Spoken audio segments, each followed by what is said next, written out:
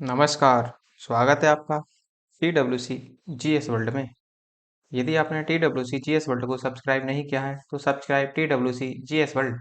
आज हम अपनी सामान्य हिंदी के तहत वचन और कारक दोनों को एक साथ देखेंगे, क्योंकि देखो दोनों ही बहुत ही छोटे टॉपिक हैं। और यदि दोनों ही छोटे टॉपिक है देखो तो 10-15 मिनट की वीडियो बनाने का कोई फायदा होता नहीं। इसलिए क्या है कि वचन और कारक को हम एक साथ देखेंगे कि हिंदी में वचन का क्या महत्व है और कारक का क्या महत्व है। इस तरीके से हम देखेंगे। देखो हिंदी में वचन कितने प्रकार के होते हैं। देखो हिंदी में तो वचन आप देखें तो दो ही प्रकार के होते हैं, जैसे एक वचन, और यदि वस्तु एक से ज्यादा है तो वो बहुवचन। तो या तो वो एक वचन होगी, या तो वस्तु एक होगी सिंगल होगी, या फिर वो डबल होगी। अर्थात या तो वो एक वचन होगी या फिर वो बहुवचन होगी।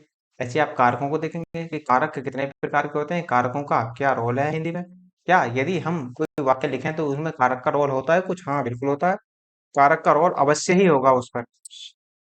कि हिंदी में जो कारकों की संख्या बताई गई है वो 8 बताई गई है, जबकि संस्कृत में जो कारकों की संख्या है होती है वो 6 होती है। तो ये यहाँ पर आप थोड़ा सा ध्यान रखेंगे कि किस किस में कहाँ कहाँ किस किस की संख्या कितनी होती है। तो स्टार्ट करेंगे हम पहले अपने वचन से। वचन को देखेंगे और उसके बाद में हम कारक को स्टार्ट करेंगे। देखो वचन क्या होता है। यदि हम वचन की बात करें तो डेफिनेशन यदि हम देखें तो देखो शब्दों की संख्या बोधक विकारी रूपों को का नाम ही क्या दिया गया है? वचन दिया गया है। अर्थात शब्दों के संख्या बोधक विकारी रूप को ही वचन नाम दिया जाता है। अर्थात या फिर ये कह लो आप कि संज्ञा या सर्वनाम या विशेषण के जिस रूप से संख्या का बोध होता है उसे वचन कहते हैं। मतलब कहने का मतलब यह है कि संज्ञा जो है वो आपकी एक वचन में भी हो सकती है और संज्ञा आपकी बहुवचन में भी हो सकती है। जैसे मैं आपसे कह दूं कि राम, राम क्या है? एक वचन। लेकिन यदि मैं वहीं पर एक ये और कह दूं कि समूह, समूह क्या है? समूह एक बहुवचन की श्रेणी में आएगा। क्यों? क्योंकि समूह में नहीं पता कि कितने व्यक्ति हैं। और इसी वजह से क्या होगा, जब व्यक्ति एक से ज्यादा हो जाते हैं तो वहां पर हम बहुवचन का प्रयोग कर देते हैं। जैसे सर्वनाम, सर्वनाम में यदि मैं एक वचन की बात करूं तो जैसे वह एक वचन की श्रेणी में आएगा, यह एक वचन की श्रेणी में आएगा। और यदि मैं आपसे कह दूं तुम, बहुवचन की श्रेणी में आएगा। हम, ये भी क्या है? बहुवचन की श्रेणी में ही आएगा। तो इस प्रकार से हम इनका डिवाइडेशन कर सकते हैं। अर्थात संज्ञा, सर्वनाम और विशेषण के जिस रूप से संख्या का बोध होता है उसी को ही हम वचन कहते हैं हिंदी में। और जो वचन होते हैं, वचन दो प्रकार के होते हैं, एक वचन और आपका बहुवचन। एक वचन का क्या काम है और बहुवचन का क्या काम, देखो। विकारी शब्दों में, विकारी मतलब जिनमें परिवर्तन संभव है। विकारी और अविकारी दो प्रकार के शब्द होते हैं। अविकारी वे होते हैं जिनमें परिवर्तन संभव नहीं, उन्हें अविकारी, और जिनमें परिवर्तन संभव है उन्हें आप विकारी शब्द कहते हैं। अर्थात विकारी शब्दों में जिस रूप से, ये जिल नहीं है, ये जिस रूप में एक पदार्थ या एक व्यक्ति का बोध होता है वही आपका एक वचन कहलाता है। जैसे फॉर एग्जाम्पल देखो, जैसे नदी, नदी क्या है? एक वचन। लड़का एक वचन है, घोड़ा एक वचन है, बच्चा एक वचन है, और भी हो सकते हैं वहां पर। तो कुल मिलाकर बात इतनी है कि जहां पर आपको भाव पैदा हो एक व्यक्ति का या एक वस्तु का, वहां आपका एक वचन कहलाएगा। यदि वहां पर भाव आपको पैदा हो एक से अधिक वस्तु, एक से अधिक वस्तुओं का, तो वो वहां पर कहलाएगा आपका बहुवचन। जैसे विकारी शब्दों के जिस रूप से एक से अधिक व्यक्तियों का बोध होता है वहां पर आपका बहुवचन होगा। जैसे नदी को ही आप क्या बना दो? नदियां बना दो, तो ये क्या बन गया आपका? नदियां। इसका मतलब नदियों की बात कर रहा है तो वहां पर एक से अधिक नदियां ही होंगी। उसी प्रकार जैसे हमने यहाँ देखा था एक वचन में लड़का, लड़कों को क्या बना दिया? लड़के। तो जब लड़के बना दिए तो इसका मतलब क्या? वहां पर एक से अधिक लड़के होंगे। ऐसे ही घोड़ा का बना दिया हमने घोड़े, तो ये क्या होगा? यहाँ पर एक से अधिक होंगे। उसी प्रकार से बच्चे, बच्चा का क्या बना दिया? बच्चे, तो यहाँ पर क्या होंगे? बच्चा एक वचन, और जबकि बच्चे क्या होगा? बच्चे आपका बहुवचन होगा, क्योंकि यहाँ पर बच्चे का जो सेंस आता है निकलकर, वो एक से अधिक का के रूप में निकल कर आता है। तो देखो वचन जो बनाए जाते हैं, अर्थात एक वचन से बहुवचन किस प्रकार बनाए जाते हैं वो हमें यहाँ पर देखना है। जैसे आप देखते हैं ए प्रत्यय लगाने से भी क्या होता है? आपका बहुवचन बनाया जा सकता है। जैसे देखो अकारांत शब्दों में, अकारांत का मतलब क्या होता है? अकारांत कौन से होते हैं? आकारांत वे शब्द जिनके अंत में आ आता हो, आ प्रत्यय आता हो, वही आपके अकारांत कहलाते हैं। जैसे मैं आपसे कह दूं लड़का, लास्ट में क्या आ रहा है? आ। जैसे मैं आपसे कह दूं रास्ता, रास्ते में बाद में क्या रहा है, आ तो ये सब क्या है, अकारांत की श्रेणी वाले ही होंगे। तो वही कह रहा है यहाँ पे ये कि यदि अकारांत शब्दों के अंत में आ के स्थान पर क्या हो जाता है, ए प्रत्यय लग जाता है, बस तो बहुवचन बन जाएगा। इसका मतलब सीधा सा है कि यदि अकारांत आ रहा है तो अकारांत को ए में बदल दो, और ए में बदलते ही वो बन जाएगा आपका बहुवचन। जैसे लड़का, लड़का में आ को हटाओ, ए लगा दो, तो क्या बन गया, लड़के। तो ये आपका बहुवचन बन जाएगा। इसका मतलब लड़का का बहुवचन जो होगा वो लड़के होगा। ऐसे ही रास्ता, आ को हटाओ यहाँ से और ए में बदल दो, तो क्या होगा, रास्ते। उसी प्रकार कमरा का कमरे, दाना का दाने, कपड़ा का कपड़े, लोटा का लोटे, गधा का गधे, बच्चा का बच्चे, मुर्गा का मुर्गे, भाला का भाले, घंटा का घंटे, पैसा का पैसे। तो ये सब क्या देख रहे हैं आप, जितने भी अकारांत शब्द थे ए में बदल दिया उसको, और वो बहुवचन की श्रेणी में आ जाते हैं इस प्रकार। नेक्स्ट, ए प्रत्यय जोड़कर भी बनाए जा सकते हैं, अर्थात जो व्यंजन होते हैं हमारे, इसके अंत में क्या आता है, मतलब कहने का ये है कि ए स्वर का अलोप हो जाता है आपका, बाद में जो आएगा। जैसे आप देखते हैं यहाँ पर नहर, नहर को देखें तो इसमें क्या लगेगा, ए प्रत्यय लगा दो इसमें, तो नहरें हो जाएगा। इसका मतलब बहुवचन जो बना वो क्या बना, नहरें। बोतल का क्या हो जाएगा, बोतलें। कलम का कलमें, सड़क का सड़कें, वहां का बाहें, दीवार का दीवारें, चीज का चीजें, पुस्तक का पुस्तकें। तो ये जो आप यहाँ पर देख रहे हैं, ये जो आपका बहुवचन बनना है वो किससे बनना है, ये ए प्रत्यय से बनना है, निकल। ठीक, नेक्स्ट, अकारांत, उकारांत या औकारांत आदि शब्दों के अंत में स्वर का लोप नहीं होता। अंतिम स्वर के बाद ए प्रत्यय जुड़ जाता है। और क्या होता है, जब अंतिम स्वर के बाद में ए प्रत्यय जोड़ेंगे तो वो बहुवचन बन जाएगा। जैसे अब देखो, चाहे अकारांत आ जाए अर्थात बाद में क्या आ जाए, आ जाए, चाहे उकारांत आ जाए अर्थात बाद में क्या आ जाए, उ आ जाए, चाहे औकारांत आ जाए बाद में क्या आ जाए, आपका ओ आ जाए। यदि ये आ जाए तो ये भी बदले नहीं जाएंगे, लेकिन बाद में क्या हो जाएगा, ए जुड़ जाएगा, ए वाला चंद्र बिंदु वाला। जब चंद्र बिंदु वाला ए जुड़ जाएगा तो यहाँ पर आप क्या देखेंगे फिर, यहाँ पर जो आपको देखने को मिलेगा, जैसे एक वचन में हम कहें कि महिला, तो ये क्या हो जाएगा, महिला तो ऐसे रहेगा लेकिन ए प्रत्यय और जुड़ जाएगा इसमें, ये वाला। तो ये बन जाएगा आपका महिलाएं। जैसे कविता, कविता में ए प्रत्यय लगाओ, तो ये बन जाएगा कविताएं। वधु का हो जाएगा वधुएं, माता का हो जाएगा माताएं, कथा का बनेगा कथाएं, साला का बनेगा सालाएं, गौ का बनेगा गौएं, दवा का बनेगा दवाएं। कुल मिलाकर यहाँ पर हटाने की जरूरत नहीं है कुछ भी, आपको डायरेक्ट एक ही बिंदु ए लगाओ और अंक की बिंदी लगा दो इसमें, तो डायरेक्ट आपका क्या बन जाता है, वो बहुवचन में बदल जाता है। नेक्स्ट, आ प्रत्यय जोड़कर भी बनाए जाते हैं कुछ शब्द। जैसे जब इकारांत संज्ञा शब्दों में आ बहुवचन सूचक का प्रत्यय लगता है तो अंतिम स्वर ई का परिवर्तन ह्रस्व ई में हो जाता है, अर्थात छोटे ई में हो जाता है, तथा ई और ओ के मध्य में यह व्यंजन का आगम हो जाता है। अर्थात ई और जो छोटी ई है और बड़ा ये जो ओ का ओ है, इसके बीच में यह व्यंजन आ जाता है, आगम का मतलब आ जाता है। जैसे देखो, शक्ति का बहुवचन क्या होगा, यदि आप शक्ति का बहुवचन बनाए तो शक्तियां होगा। देखो ये आ गया और आके आके बाद में क्या आया, आ से पहले क्या लग गया, ये लग गया, तो इसलिए क्या बोलते हैं इसको, शक्तियां। ऐसे ही पंक्ति में या लगा दो तो पंक्तियां, नारी में नारियां, बढ़िया का बुढ़िया, लड़की का लड़कियां, गृहिणी का गृहणियां, स्त्री का स्त्रियां, गली का गलियां, रीति का रीतियां, नदी का नदियां हो जाएगा आपका। तो इस प्रकार से आपके बहुवचन बनाए जा सकते हैं। और देखो, तो देखो कुछ एक प्रत्यय और होता है हमारा शून्य। ये तो हमने प्रत्यय देखे, शून्य प्रत्यय, शून्य प्रत्यय का मतलब क्या होता है, देखो यदि मैं आपसे कह दूं मेरे पास 6 है, इससे पहले मैं 0 लगा दूं, तो क्या मतलब बनता है इसका, कुछ भी नहीं, अभी भी 6 का चाहिए। लेकिन यहाँ पे क्या होगा, शून्य प्रत्यय लगने से एक वचन और बहुवचन समान रहते हैं, अर्थात इन पर कोई भी फर्क नहीं पड़ता। जैसे आप पानी को एक वचन में बोलो चाहे बहुवचन में बोलो, वो पानी ही रहेगा। आप ना तो पानी का एक वचन बना सकते और ना ही पानी का आप बहुवचन बना सकते हैं। और देखो, जैसे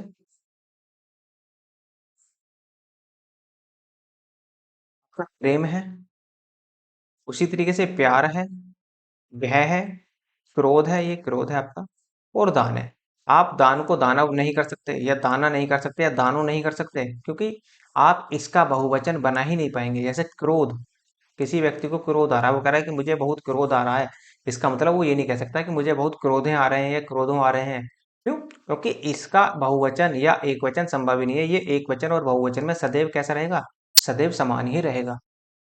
कुछ वर्ण ऐसे होते हैं, कुछ शब्द ऐसे होते हैं जो हमेशा ही बहुवचन में प्रयोग किए जाते हैं, जैसे आंसू। आंसू का आप सिंगल नहीं बना सकते, मतलब एक वचन नहीं बना सकते। ऐसे केस, केस अर्थात बाल। समाचार, दर्शन, प्राण। जैसे उसके प्राण निकल गए, ऐसे नहीं कह सकते कि आप उसके प्राणों निकल गए, मतलब यहाँ पर गलत हो जाएगा। इसका मतलब क्या है कि एक से ज्यादा प्राणों की बात कर रहा है वो, लेकिन व्यक्ति के अंदर तो प्राण तो एक ही होते हैं। तो इसलिए प्राण, हस्ताक्षर, बाल, लोग, प्रजा, रोम, ओज, ये सब के सब क्या है, ये सब के सब बहुवचन में ही प्रयोग होते हैं। जैसे समाचार मिलते ही उसके आंसू उमड़ पड़े, अर्थात समाचार जैसे ही मिला और उसके आंसू निकल पड़े। तो आंसू का मतलब ये नहीं कि उसका एक आंसू निकल पड़ा, उसके आंसू उमड़ पड़े। ऐसे ही देखें, आपके दर्शन के लिए लोग इकट्ठा हो गए। जब यहाँ पर आप देख रहे हैं दर्शन, ये क्या है आपका, ये दर्शन जो है ये बहुवचन का संकेत कर रहा है। जैसे उसके प्राण न निकल सके, तो उसके प्राण न निकल सके, तो प्राण क्या है यहाँ पर, बहुवचन। उसके बाल बहुत घुंघराले हैं, तो बाल जो है वो कैसे हैं, घुंघराले। तो बाल भी कैसे हैं आपके, बहुवचन में प्रयोग होंगे ये। और देखो, जैसे हिंदी में कुछ शब्द हमेशा एक वचन में ही प्रयोग होते हैं, जैसे फिर से देखो, क्रोध, क्षमा, छाया, प्रेम, जल, जनता, पानी, दूध, वर्षा, हवा, आग। यहाँ पर देखो, जैसे इस वर्ष वर्षा नहीं होगी, इसका मतलब ये जो वर्षा है, ये जो वर्षा है, ये किसका किसका इंडिकेशन कर रहा है, ये जो वर्षा जो है इंडिकेशन जो दे रहा है वो एक वचन की ओर, एक वचन की तरफ इशारा करने का प्रयास कर रहा है वो। ऐसे ही वहां आग जल रही थी, तो यहाँ पर जो आग है ये भी क्या है, एक वचन। या आप ऐसे नहीं कर सकते को वहां आग जल रही थी, तो जल रही थी का मतलब वहां पर बहुत सारी आग जल रही थी क्या, नहीं, वहां पर एक ही आग जलेगी हमेशा। आग लगेगी तो एक ही लगेगी, बार बार नहीं लगेगी, मतलब एक साथ ये नहीं कह सकते कि आप वहां पर बहुत सारी आगें जल रही थी, नहीं, वो गलत हो जाएगा। वो सेंटेंस या वर्तनी की दृष्टि से जो आपका वाक्य होगा वो पूरी तरीके से गलत हो जाएगा। कुछ और भी है, जैसे सम्मान या आदर दिखाने के लिए भी हम हिंदी में एक वचन संज्ञा शब्द का प्रयोग बहुवचन के रूप में करते हैं। कुछ शब्द ऐसे होते हैं जिनका हम प्रयोग कैसे कर देते हैं, वो है तो एक वचन वास्तव में, लेकिन हम सम्मान सूचक शब्दों का प्रयोग करते हैं। और वो भी किसके लिए, जब हम सम्मान सूचक शब्द अपने अपने से बड़ों के लिए प्रयोग करते हैं, जैसे घर में माता जी हैं, पिता हैं, बड़े भाई भी हो सकते हैं, गुरु भी हो सकते हैं, अर्थात कुल मिलाकर जो आपसे बड़े होंगे उनके लिए सम्मान सूचक शब्दों का प्रयोग करेंगे हम। और सम्मान सूचक शब्दों का प्रयोग जो करते हैं तो वो बहुवचन में आ जाते हैं, जैसे माताजी दिल्ली जा रही हैं। इसका मतलब ये नहीं कह सकते कि माताजी दिल्ली जा रही है, ये नहीं कहेंगे ये, क्योंकि सेंटेंस जो वाक्य है ये पूरी तरीके से गलत हो जाएगा। इसलिए हम क्या लगाएंगे, ये जो अंकी बिंदी है ना, ये बहुवचन को ही दर्शाती है। तो माताजी दिल्ली जा रही हैं, इस तरह से बोलेंगे। इस तरह से गांधी इस देश के राष्ट्रपिता थे। अध्यापक कक्षा में पढ़ा रहे हैं, आप ये नहीं कह सकते कि अध्यापक कक्षा में पढ़ा रहा है। वाक्य एकदम बिल्कुल क्या हो जाएगा, वाक्य में वाक्य जो होगा वो त्रुटिपूर्ण हो जाएगा एकदम। तो इसी वजह से आपको ध्यान रखना है कि कुछ सम्मान सूचक शब्द ऐसे होते हैं जिनका हमें बहुवचन में प्रयोग करना ही होता है। नेक्स्ट, अब देखो, ये तो होगी हमारी आपकी वचन की बात। अब हम देखेंगे कारक को, कि कारक कितने प्रकार के होते हैं, कारकों का क्या प्रयोग होता है। तो वचन में आपको केवल इतना ही पढ़ना था। तो देखो, कारक होते क्या हैं, जैसे फॉर एग्जाम्पल के लिए मैं आपसे बताऊं कि संज्ञा या सर्वनाम का वाक्य का अन्य पदों में प्रयोग, जैसे क्रिया की जगह से जो संबंध होता है उसे कारक कहते हैं। इसका सीधे से तौर पर यह मतलब होता है कि संज्ञा या सर्वनाम का वाक्य के अन्य पदों में क्रिया से जो संबंध होता है वही आपका, या क्रिया से जो संबंध बताने का काम करता है। जिन शब्दों के द्वारा क्रिया के साथ संबंध बताया जाता है उन्हीं शब्दों को कारक कहते हैं। अर्थात कहने का मतलब यह है कि संज्ञा या सर्वनाम का क्रिया से संबंध स्थापित करने वाले शब्दों को ही कारक कहते हैं। बस इतने से इसकी डेफिनेशन होगी। अब ये जो कारक है, कारक का मतलब ही क्या होता है, कारक का मतलब होता है क्रिया करना। अर्थात कारक शब्द जो है वो क्रय धातु से मिलकर बना है, अर्थात क्रय अर्थात धातु से मिलकर बना है ये आपका कारक। क्रय धातु क्रिया का अर्थ होता है करना, अर्थात क्रिया कारक का अर्थ ही क्या होता है, करना। जिस क्रिया के साथ सीधा संबंध होता है वह कारक कहलाता है। बस इतना सा पॉइंट इसका। जैसे अब मैं आपसे कह दूं, राम ने रावण को मारा, कुछ जैसे ये ने है, ने भी क्या है, एक आपका कारक, को भी क्या है, एक आपका कारक। तो ये जो है राम ने रावण को मारा, ये भी आपका, जो ने और के जो आ रहे हैं ये आपके कारक ही हैं। जैसे एक सेंटेंस में एक से अधिक कारक हो सकते हैं। जैसे फिर देखो, दशरथ के पुत्र, क्या आ गया, ने रावण को सीता के लिए, ये पूरे को ले लो, के लिए अयोध्या से जाकर श्रीलंका में युद्ध करते हुए बाण से मारा। तो ये जो आप देख रहे हैं, के है, ने है, को है, के लिए है, से है, में है, से है, ये सब के सब आपके क्या है, ये सब के सब कारक ही होते हैं। और हिंदी में जो कारकों की संख्या बताई गई है वो 8 बताई गई है। अब वो भी हमें देखना है कि किस तरीके से, बस केवल और केवल यहाँ पर आपको अंदाजा लेना था कि इसकी डेफिनेशन क्या होती है। और बाकी एक दो एग्जांपल्स के जरिए हम इन्हें ये पहचाना कि ने भी एक कारक होता है, को भी एक कारक होता है, के, से, ये सब क्या है, आपके कारक ही होते हैं। अब देखो, देखते हैं आगे कारकों को। तो जो कारक के जो भेद होते हैं हिंदी में, ध्यान रखना, हिंदी में कारक के 8 भेद बताए गए हैं, जबकि संस्कृत में संस्कृत में कारक के 6 भेद बताए गए हैं। अर्थात अधिकरण और संबोधन को वहां पर कारक ही नहीं माना गया संस्कृत में, लेकिन हिंदी में इन्हें माना गया। तो यदि पूछता है कि हिंदी में कारकों की संख्या कितनी है, तो हिंदी में कारकों की संख्या हो जाएगी आपकी 8। यदि पूछे कि संस्कृत में कारकों की संख्या कितनी है, तो कारकों की संख्या हो जाएगी आपकी 6। कैसे याद करेंगे, देखो, 8 के 8 आपके सामने, कर्ता ने, ऐसे जोड़ो इसको, कर्ता ने कर्म को करण से या के द्वारा भी बोल सकते हैं इसको, संप्रदान के लिए अपादान से।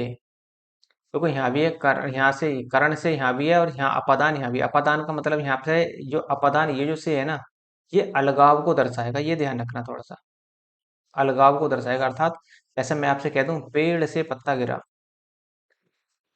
पेड़ से पत्ता गिरा, और जब पेड़ से पत्ता गिरा तो मतलब अलगाव, अर्थात जो पत्ता है वो पेड़ से अलग हो गया, तो ये अलगाव के रूप में प्रयोग होता है आपका से। अपादान से संबंध का के की रा रे री नाने नी, अधिकरण में पर हो, संबोधन ए हे अरे हो, तो ये संबोधन का चिन्ह होता है। इस तरीके से याद करेंगे, कर्ता ने कर्म को करण से, संप्रदान के लिए अपादान से, संबंध का के की रा रे री नाने नी, अधिकरण में पर हो, संबोधन ए हे अरे हो। इस तरीके से आप एक लय में इसको बोलने का प्रयास करना, एक दो बार आप अपने आप से बोलेंगे तो ये आराम से याद हो जाते हैं। और यहीं से सवाल भी बनेंगे आपके, जैसे, और देखो, संबंध और संबोधन को कारक नहीं माना गया है, ये ध्यान रखना। संबंध और जो बाद के दोनों है ना, संबंध और संबोधन को कारक नहीं माना गया, इसलिए कारकों की जो संख्या है, लेकिन ये ध्यान रखना कि ये संस्कृत की बात कर रहा है। संस्कृत में कारकों की जो संख्या है वो 6 होती है, जबकि हिंदी में कारकों की संख्या 8 होती है। संबोधन में प्रथमा विभक्ति होती है, क्योंकि संबोधन कर्ता के द्वारा किया जाता है, अर्थात मतलब जो संबोधित करेंगे, संबोधित करेगा कौन, जैसे पिताजी आ रहे हैं, तो संबोधित कौन कर रहा है, कोई और कर रहा है, तो वहां भी क्या होगा, ऐसे ही यहाँ भी होगा। इसलिए कर्ता में कैसी विभक्ति होती है, प्रथमा विभक्ति होती है, ये ध्यान रखेंगे। विभक्ति की कुल संख्या जो होती है वो 7 होती है, ये ध्यान रखना। देखो, कारक जो होते हैं वो कितने, 8, लेकिन विभक्तियों की संख्या कितनी होती है, 7। इसका मतलब कहीं ना कहीं ऐसी एक विभक्ति ऐसी है जो दोनों में प्रयोग हो रही है। अर्थात देखो, जैसे आप देखते हैं ना, संबोधन में भी आपका कर्ता कारक आता है, अर्थात प्रथमा विभक्ति प्रयोग होती है, संबोधन कारक में भी और कर्ता कारक में भी आपकी प्रथमा विभक्ति ही होती है। तो इसलिए यहाँ पर इस तरीके की यहाँ पर कंडीशन बन जाती है। कारक चिन्हों का दूसरा नाम जो होता है वो परसर्ग भी होता है। अर्थात यदि पूछ ले कि आपसे कि कारक का चिन्ह का दूसरा नाम बताओ, तो कारक चिन्ह का जो दूसरा नाम होगा वो आपका परसर्ग की श्रेणी में ही आएगा। तो देखो, कारक में यदि हम देखें, विभक्ति कौन सी है, कारक है ये आपका, विभक्ति है ये आपकी, और कारक चिन्ह आपके ये है। जैसे प्रथमा विभक्ति, जैसे मैं आपसे कहूँ कि कर्ता कारक में कौन सी विभक्ति है, तो कर्ता कारक में प्रथमा विभक्ति होगी, और जो कारक चिन्ह लगेगा कर्ता में वो लगेगा ने। ऐसे ही कर्म कारक में जो विभक्ति होती है वो द्वितीय विभक्ति होती है। ऐसे ही करण कारक में तृतीय विभक्ति होती है, संप्रदान कारक में चतुर्थ विभक्ति होती है, अपादान कारक में पंचम विभक्ति होती है, संबंध कारक में षष्ठी विभक्ति होती है, अधिकरण कारक में सप्तमी विभक्ति होती है, और संबोधन कारक में प्रथमा विभक्ति होती है। पीछे ही बताया था मैंने कि जो कर्ता कारक है और संबोधन कारक है उसमें दोनों में प्रथमा विभक्ति का ही प्रयोग किया जाता है, जैसे आप यहाँ देख रहे हैं और जैसे आप इसे यहाँ देख रहे हैं। तो दोनों में ध्यान रखना है। और उसके बाद में आप इसे क्रम से याद रखना, जैसे कर्ता ने कर्म को करण से, संप्रदान के लिए अपादान से, संबंध काके की रारे री नाने नी, अधिकरण में पर हो, संबोधन ए हे अरे हेलो। तो ये सब क्या है, यदि आप इन्हें क्रम से याद रखना सीख गए तो विभक्ति याद रखने की कोई जरूरत नहीं है आपको, बस इतना ध्यान रखना है कि कर्ता में प्रथमा विभक्ति होती है और लास्ट के में संबोधन में प्रथमा विभक्ति होती है, बाकी को क्रम से जोड़ देना। तो प्रथम के बाद द्वितीय, तृतीय, चतुर्थी, पंचमी, षष्ठमी और सप्तमी आपकी यहाँ पर बात बन जाएगी। अब देखो, कर्ता में जो कारक चिन्ह लगता है वो ने लगता है, ऐसे ही कर्म में जो कारक चिन्ह लगता है वो को लगता है, करण में से भी लगता है और के द्वारा भी लग जाता है, संप्रदान में के लिए या के साथ भी लग जाता है। उसी तरीके से अपादान में के लिए या अलग होता है, अलगाव के लिए भी ये प्रयोग किया जाता है। जैसा अभी मैंने बताया कि पेड़ से पत्ता गिरा तो उसमें क्या हुआ, जो पत्ता जो गिरा पेड़ से वो अलग हो गया, इसी वजह से क्या है वहां पर अपादान कारक। ऐसे ही संबंध, संबंध का जो संबंध जो बनेगा वो का से बनेगा, कैसे, की से, रे से, री से, ना से, नी से और ने से। तो इस तरीके से आपका संबंध बन जाएगा। ऐसे आप अधिकरण देखेंगे तो अधिकरण जो बनेगा वो किससे बनेगा, मैं पर हो, अधिकरण में पर हो, संबोधन ए, हे, अरे, हेलो। तो इस प्रकार से आपके यहाँ पर संबोधन भी बन जाते हैं।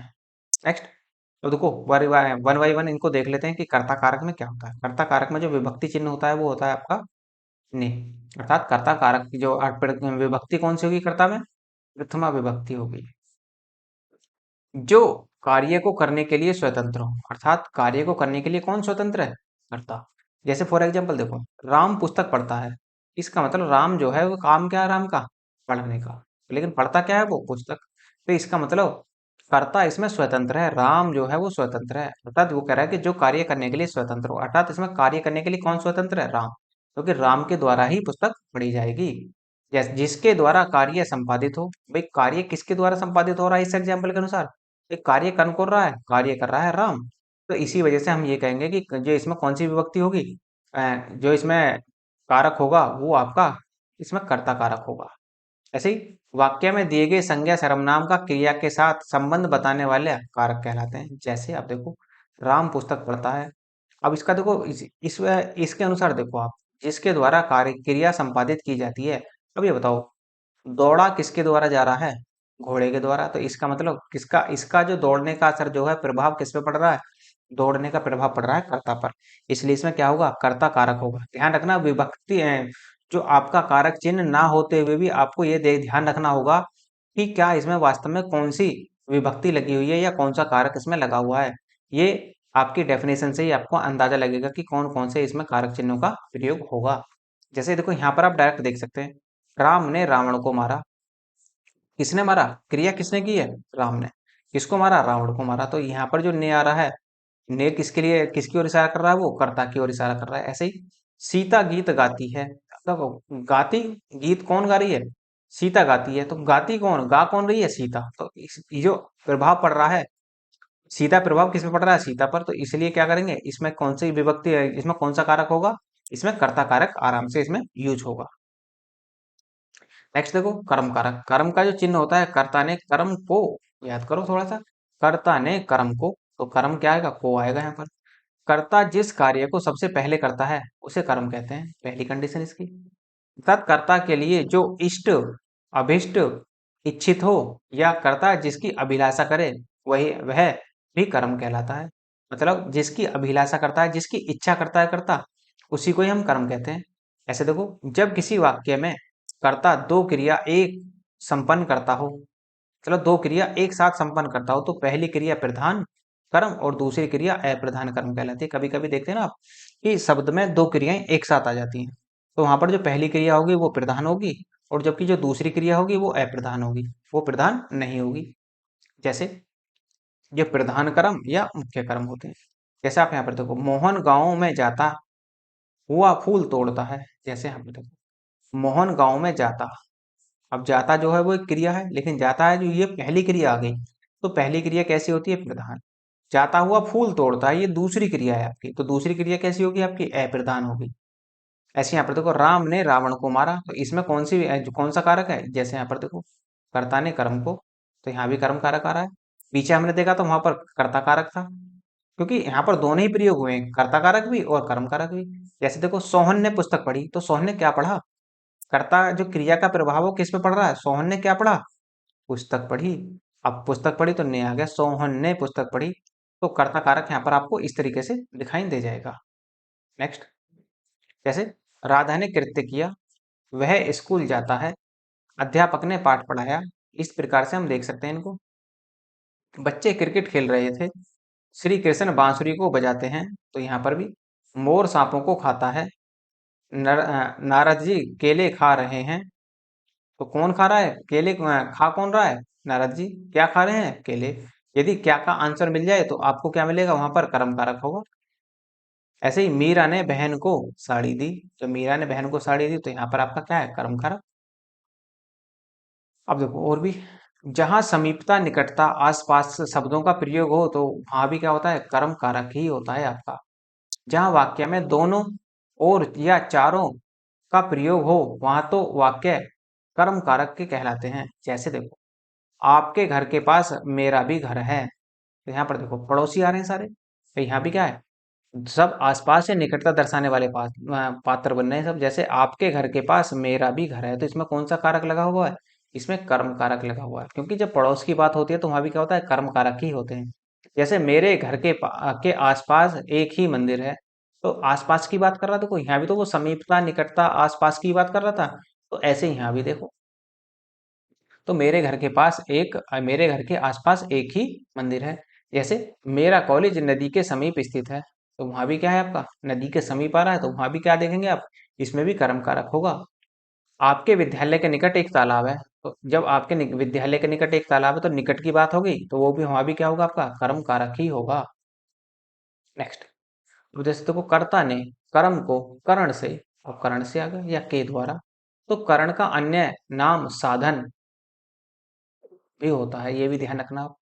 कर्ता किसी कर्म को करते समय जिस साधन का प्रयोग करता है उसे कारण कारक कहते हैं।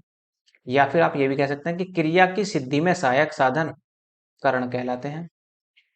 और ये भी हम देख सकते हैं कि वाक्य में कई बार कर्ता का प्रयोग कर्ता व करण दोनों के लिए किया जाता है, तथा वहां कर्ता के साथ के द्वारा या द्वारा कारक चिन्ह का प्रयोग किया जाता है, तो वहीं से आप पहचान सकते हो कि इसमें कारक कौन सा होगा। देखो आपको केवल ये पहचानना है कि इसमें कारक कौन सा है। कभी कभी तो ये दे देता है कि कर्ता में बताओ कौन सा कारक है, ये पूछ लेगा कि संबोधन में कौन सा कारक है, तो आपको बस केवल इतना ध्यान रखना है जो मैंने शुरू की लाइन बताई थी कि कर्ता ने कर्म को करण से वाला, बस इतना भी ध्यान रख लोगे तो भी आपका काम बन जाएगा। और ये जो सब चीजें हैं ये थोड़ी सी और आगे की चीजें हो जाती हैं, क्योंकि यदि एग्जामिनर थोड़ा सा एडवांस पूछ ले तो आप वहां भी तनिक भी विचलित ना हो, तो इसलिए यहाँ पर ये थोड़ा सा एडवांस लगेगा, इसलिए आपको थोड़ा सा अटपटा भी लग रहेगा, तो लेकिन थोड़ा सा आप मैनेज करने का प्रयास करना, क्योंकि आपको सिलेक्शन लेना है, और सिलेक्शन लेना है तो क्या होगा, थोड़ा सा एडवांस तो पढ़ना पड़ेगा। तो जहाँ एडवांस जा सकते हैं हम वहां तो हम चल ही सकते हैं।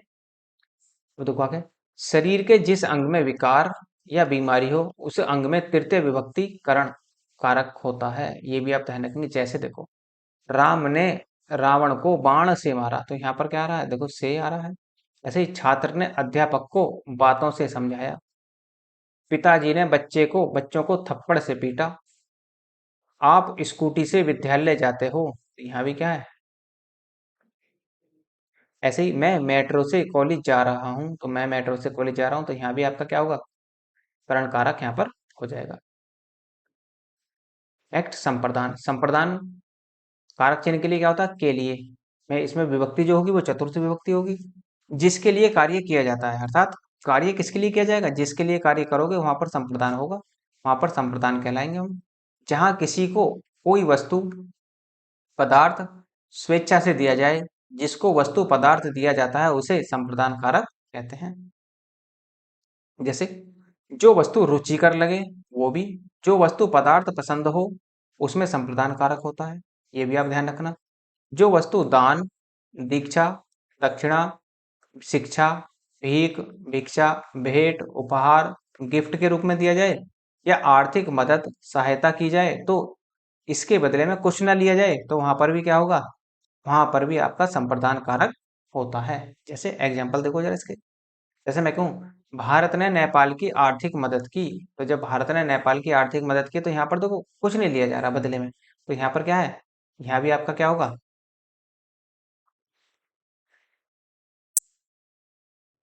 तो संप्रदान कारक होगा।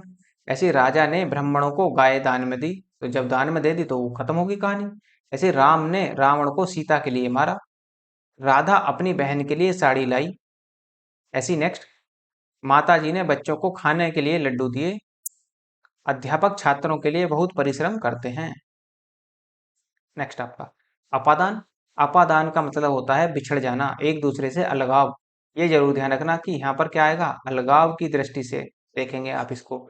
जहाँ अलगाव होगा वहीं आपका क्या होगा, वहीं आपका अपादान कारक होगा।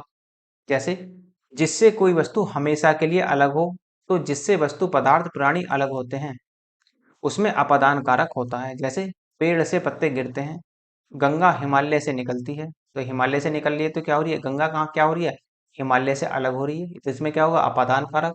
ऐसे ही पेड़ से पत्ते गिरते हैं तो अलग हो गई, तो वहां भी क्या होगा, अपादान कारक। चूहा बिल से बाहर निकला तो बिल से बाहर निकल गया वो, तो उसमें भी क्या होगा, अपादान कारक। मोहन घोड़े से गिरा, जब मोहन पहले घोड़े पर बैठा था, अब घोड़े से क्या होगा, वो अलग हो गया, तो इसलिए क्या होगा वहां पर भी अपादान कारक। तो देखो जिससे तुलना की जाए, जैसे मोहन सोहन से अधिक बुद्धिमान व चतुर है, तो यहाँ भी क्या है, इसमें भी अपादान कारक ही होगा। जिससे भय अर्थात डर लगे, जैसे लड़कियां चूहे से डरती हैं, तो इसका मतलब यहाँ भी क्या होगा, आपका अपादान कारक होगा। लड़के शेर से डरते हैं, तो यहाँ भी क्या होगा, अपादान कारक। मतलब भय उत्पन्न होते ही आप ये भी समझ जाना कि यदि भय का अंदेशा हो रहा है तो वहां पर भी आपका अपादान कारक ही होगा। नेक्स्ट, नेक्स्ट होगा आपका संबंध कारक। तो इसमें जो चिन्ह का प्रयोग होगा, का, के, की, रा, रे, री, ना, ने, नी भी यूज हो जाता है। और विभक्ति होगी इसमें षष्ठी। जहां किसी संज्ञा या सर्वनाम का वाक्य में दी गई दूसरी संज्ञा या सर्वनाम से संबंध बताया जाए तो उसे संबंध कारक कहते हैं। या फिर हम ये भी कह सकते हैं कि जहां किसी एक संज्ञा का दूसरी संज्ञा या एक सर्वनाम का दूसरे सर्वनाम के साथ संबंध बताया जाता है, वहां भी आपका संबंध कारक होता है। जैसे यशोदा कृष्ण की माता है, तो ये जो है की जो है किसकी ओर संकेत कर रहा है, वो संबंध बता रहा है कि यशोदा कौन है, कृष्ण की माता है। ऐसे ही राजा दशरथ राम के पिता थे, तो ये भी क्या है आपका, ये भी संबंध बताने का काम कर रहा है। ऐसे ही यह गाय राम की है, तो गाय किसकी है, राम की। मेरी गाय अभी घास खा रही है, तो यह भी क्या है, आपका संबंध कारक बनेगा। नेक्स्ट होता है आपका अधिकरण कारक। विभक्ति होगी इसमें सप्तमी, और अधिकरण चिन्ह जो लगेगा वो लगेगा आपका में, पर, हो। तो अधिकरण आधार को कहा जाता है, अर्थात आधार पर ही जो जिस पर कोई वस्तु टिकी होती है उसे आधार कहते हैं। अर्थात जहां कार्य संपन्न होता है उसे आधिकारिक या अधिकरण कारक कहते हैं। ये आप ध्यान रखेंगे। अधिकरण अर्थात आधार दो प्रकार के होते हैं, जैसे कालाधिकरण और एक होता है स्थानाधिकरण।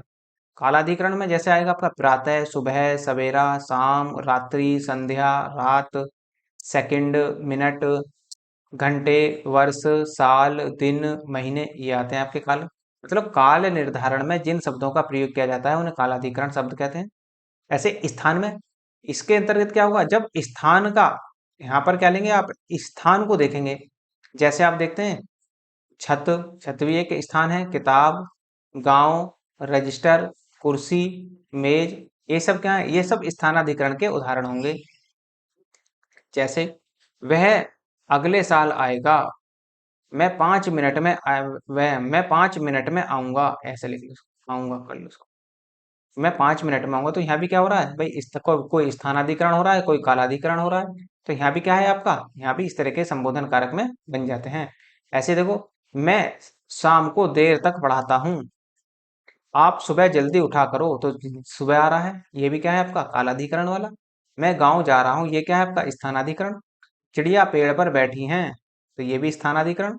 बंदर छत पर घूम रहा है, तो ये भी कैसा है, स्थानाधिकरण वाला। नेक्स्ट है आपका संबोधन कारक, अंतिम होगा ये आपका। इसमें जो चिन्ह प्रयोग होगा, ए, अरे, ए, इस तरह के चिन्ह होते हैं जो एक्सक्लेमेटरी होते हैं, जो संबोधित करने वाले होते हैं, वही आपके यहाँ पर भी प्रयोग होंगे। इसमें विभक्ति जो होगी वो प्रथमा होगी, कर्ता की तरह ही इसमें भी प्रथमा विभक्ति होती है। जब किसी को बुलाया जाए या पुकारा जाए, याद किया जाए, किसी की प्रार्थना की जाए, स्मरण हो या भजन या कीर्तन हो, जिसे याद किया जाए या जिसकी स्तुति होती है, उसको संबोधन कारक कहलाते हैं। मतलब जिसके द्वारा स्तुति की जाती है उसी में ही हमारा क्या होता है, संबोधन कारक होता है। भाई किसी को संबोधित आप कैसे करोगे, कुछ ना कुछ तो कहोगे, तो वही काम यहाँ भी होगा। अर्थात संबोधन कर्ता द्वारा होता है, कर्ता में प्रथमा विभक्ति होती है, अतः संबोधन में भी प्रथमा विभक्ति ही होती है। इस प्रथमा विभक्ति क्यों होती है इसमें, क्योंकि संबोधित जो करते हैं हम किसी को कर्ता के द्वारा करते हैं, और कर्ता में भी क्या होती है, प्रथमा विभक्ति, इसलिए इसमें भी आपकी प्रथमा विभक्ति ही होगी। जैसे हे भगवान आप सभी पास हो जाओ, तो यहाँ पर देखो ये जो एक्सक्लेमेटरी का साइन आ रहा है, ये किसको इंडिकेशन दे रहा है? ये आपका संबोधन को ही इंडिकेशन देता है। नेक्स्ट, ए इधर आओ। तो ये जो ए है, एक्सक्लेमेटरी का जो साइन लग रहा है, ये संबोधित का ही साइन होता है। जहां भी आपको इस तरह का साइन मिल जाए देखने को, तो समझ जाना वहां पर क्या है, संबोधन कारक ही होगा। तो इस प्रकार जो आपके कारक होते हैं, ये अभी आपके समाप्त हो जाते हैं। देखो, दो छोटे छोटे टॉपिक थे, वचन और कारक के, ये दोनों आपके समाप्त हो जाते हैं। और यदि आपको लगता है कि लेक्चर अच्छा है, रिवीजन के लिए पीडीएफ होनी चाहिए, तो आप या तो टेलीग्राम ज्वाइन कर लो या फिर व्हाट्सअप ज्वाइन कर लेना। दोनों का लिंक डिस्क्रिप्शन में दिया हुआ है। दोनों में से किसी एक को ज्वाइन कर लेना, तो वहाँ पर आपको टाइम टू टाइम पीडीएफ मिलती रहती है। और यदि आपको हिंदी की कंप्लीट पीडीएफ चाहिए, हिंदी की कंप्लीट पीडीएफ चाहिए, तो आप वो मेल के माध्यम से मुझे बता सकते हैं। तो मेल का लिंक भी आपको डिस्क्रिप्शन में नीचे मिल जाएगा। और यदि आपको लेक्चर अच्छा लगा हो तो लाइक कीजिए, शेयर कीजिए, सब्सक्राइब करना ना भूलें। धन्यवाद।